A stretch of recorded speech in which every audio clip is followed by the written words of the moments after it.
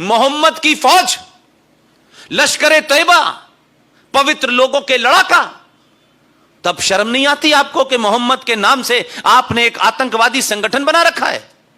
आप में दम होती तो आप जिस तरह से आपने डेनमार्क के उस कार्टून बनाने का विरोध किया था, आप कहते कुछ भी हो जाए, हम पाकिस्तान जाएंगे, हम जैश-ए मोहम्मद के चीफ को मारेंगे, हम पाकिस्तान की एम्बेसी के बाहर जाएंगे और कहेंगे कि कैसे पाकिस्तान की धरती पे एक इस्लामिक राज्य के अंदर कैसे मोहम्मद साहब के नाम से आपने ऐसी तंजीमें और ऐसे संगठन और ऐसी ऑर्गेनाइजेशन बनाने की बात कही है। और तो और जो आपको नहीं पता, 1974 में पाकिस्तान के कॉन्स्टिट्यूशन के अंदर एक अमेंडमेंट किया गया जिसका जिक्र सिंह साहब कर रहे थे।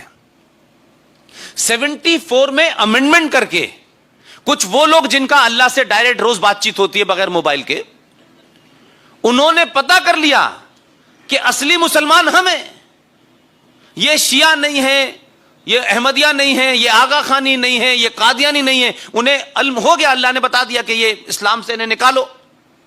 उन्होंने 1974 में अहमदिया को गैर मुस्लिम घोषित कर दिया, निकाल दिया, और एक नए इस्लाम के ठेकेदार पैदा हुए पाकिस्तान में।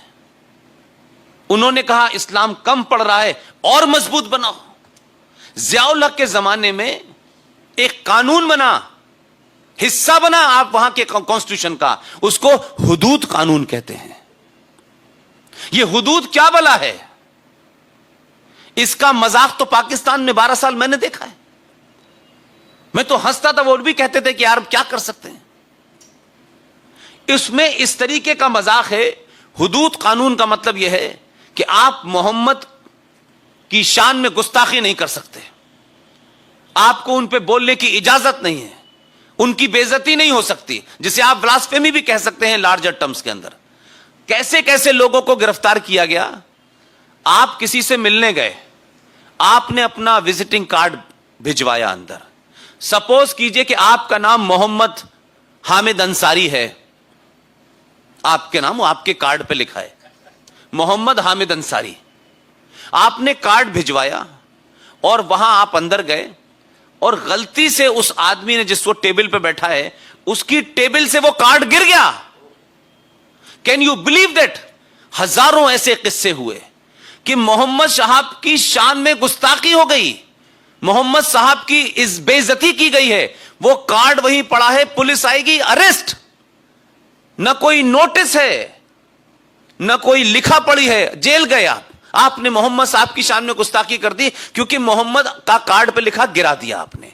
और यहां हिंदुस्तान में मोहम्मद को शॉर्ट फॉर्म में MOHD लिखते हैं हम लोग, वहां ये अलाउ नहीं है, पूरा नाम लिखिए।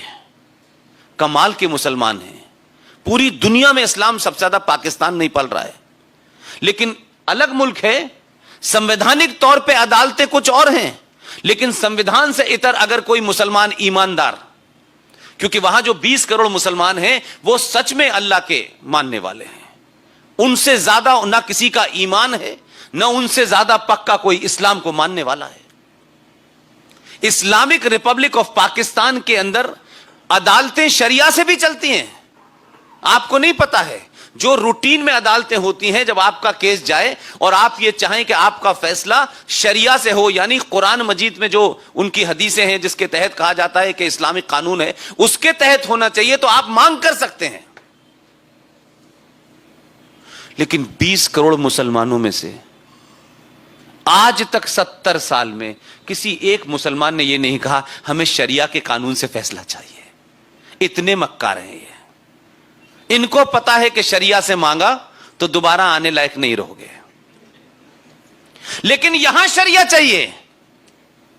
यह भारत एक ऐसा देश है सेकुलर कि यहां शादी करने के लिए हमें हमारा पर्सनल कानून चाहिए, तलाक देने के लिए चाहिए, निकाह हलाला करने के लिए चाहिए।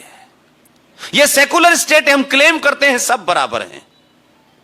यहां आपको सिविलियन मैटर में शरिया चाहिए और क्रिमिनल में IPC चाहिए। कितने समझदार लोग हैं, देखा आपने।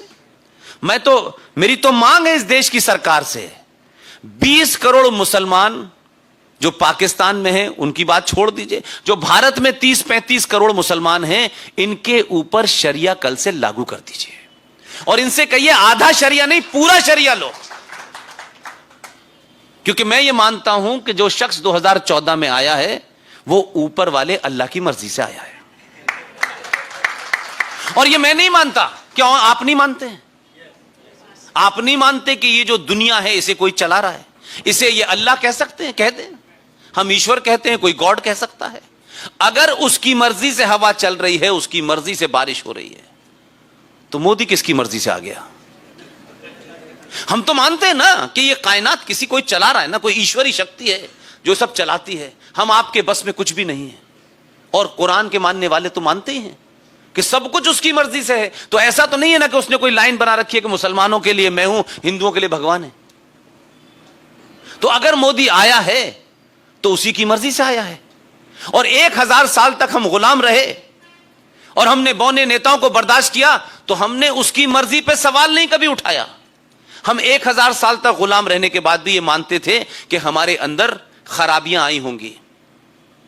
हमने अपने ईमान को छोड़ा होगा, अपने विश्वास को छोड़ा होगा, अपने फेथ को छोड़ा होगा, अपने धर्म को छोड़ा होगा, जिसकी वजह से अल्लाह ने हमें सजा देने के लिए बोनों हमारे ऊपर बिठा दिए।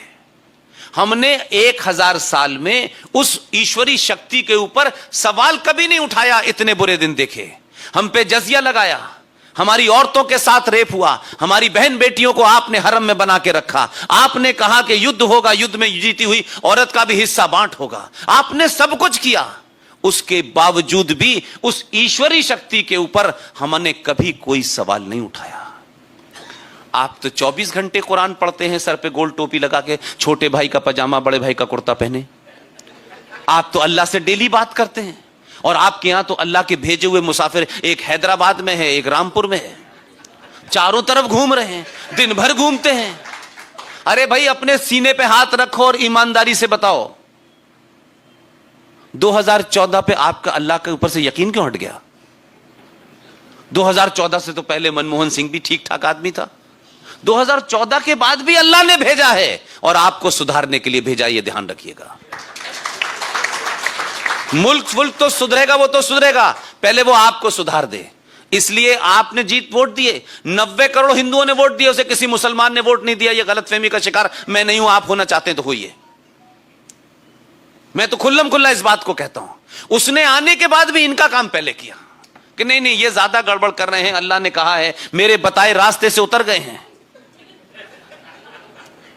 उन्होंने फरमाया है कुरान मजीद के अंदर कि जिन लोगों का अल्लाह पे ईमान है, जिनका मुसल्लत ईमान है, जिनका कंप्लीट ईमान है, जो अल्लाह के बताए रास्ते पे चलेंगे, अल्लाह फरमा रहे हैं उसमें, उन्होंने कहा कि मैंने तुम्हारे लिए सब कुछ दिया है, एवरीथिंग, लेकिन मैंने तुम्हें जिंदगी जीने के लिए कुछ रास्ते बताए हैं।